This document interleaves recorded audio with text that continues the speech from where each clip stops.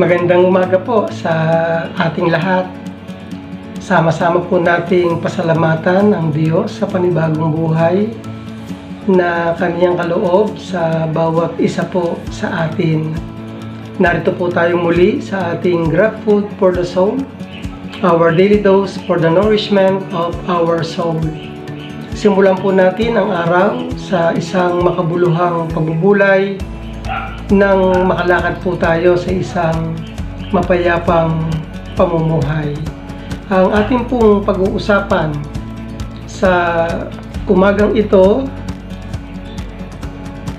ay mayroon pong pamagat na tradisyon versus utos ng Diyos. Ang ating pong pagbabatayang mga talataan o talata ay mula po sa aklat ni San Mateo, Kabanatang 5, talatang 17. At ganito po ang ating matutunghayan. Huwag ninyong akalaing naparito ako upang ipawalambisa ang kautusan at ang mga propeta. Naparito ako hindi upang ipawalambisa ang mga iyon, kung hindi upang tuparin. Ang Diyos ang mapagpala sa pagkakabasa at pagkakarinig ng mga bahagi ng kaniyang mga banal na salita. Si Jesus ay tagasunod ng mga kautosang nilikha ng Diyos upang paglingkuran ang kapwa. Ang mga Pariseo at Iskriba ay tagasunod ng mga tradisyong sila rin ang lumikha upang pagharian ang kapwa. Nasa mga Pariseo at Iskriba ang lahat po ng katangian ng kapangyarihan ng power o positional leader, na kay Jesus naman ang lahat ng katangian ng servant o transformational leader. Ang mga Pariseo ang pinaka-influential religious leaders ng Judaism noong panahon po ng ating Panginoong Hesukristo. Ang salitang Pariseo ay nangangahulugan ng the separated ones. Ibig sabihin, sila ang tagasunod ng Pharisaism.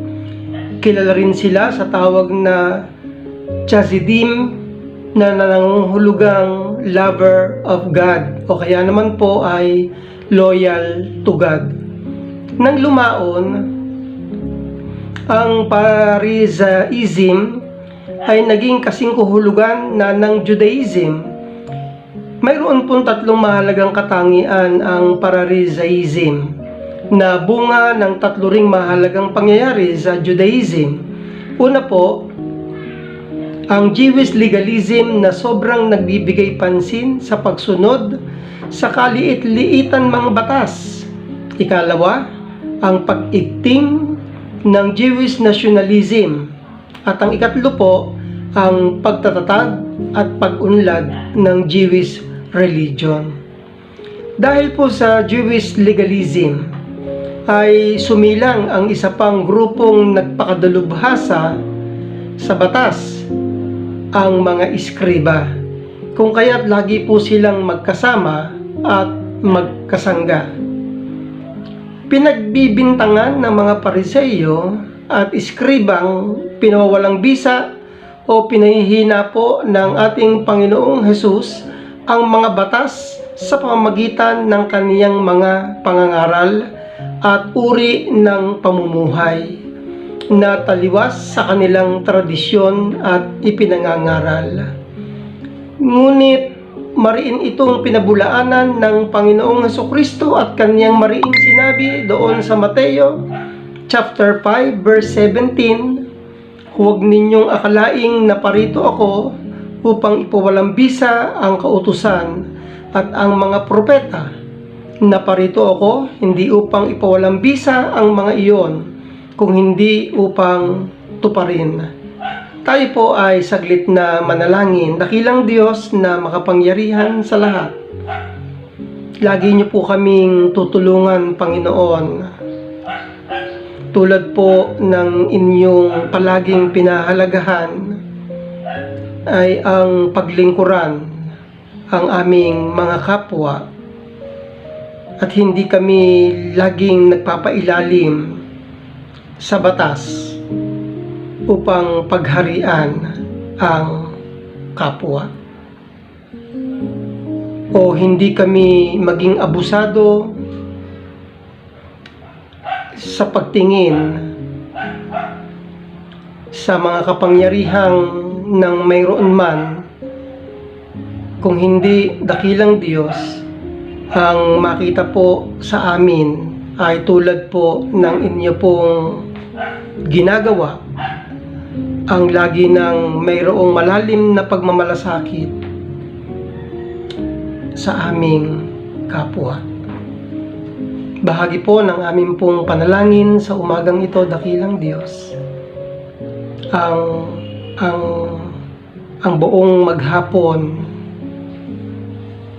na amin pong lalakaran at dadaanan ay sa inyo po namin ito ipinagkakatiwala, na nawa po dakilang Diyos ang lahat po ng amin pong mga gagawin, mga activities, itinerary na nakatalaga at nakasalansan upang ito ay aming magawa. Magkaroon nawa ito, dakilang Diyos, ng katagumpayan. Magawa po namin ito ng may kahusayan.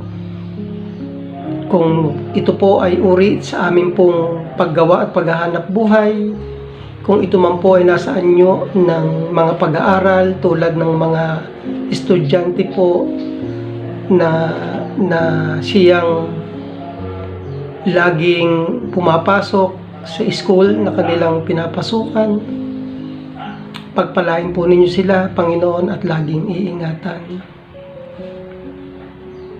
Salamat po ng marami sa mga salita po ninyo na amin pong pinagbulay-bulayan, na maging paalaala sa bawat isa sa amin na ang maging pangunahin sa amin ay ang pagsunod sa iyong dakilang palatuntunan. Purihin po kayo, Panginoon. Ito po ang aming dalangin na may pagtitiwala at pagpapasalamat. Alang-alang sa tanging pangalan ni Jesus. Amen. Purihin po ang Panginoon.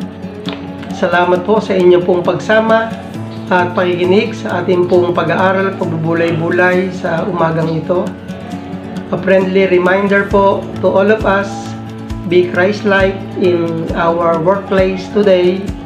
To God be the glory. Hanggang sa muli po nating pagbubulay.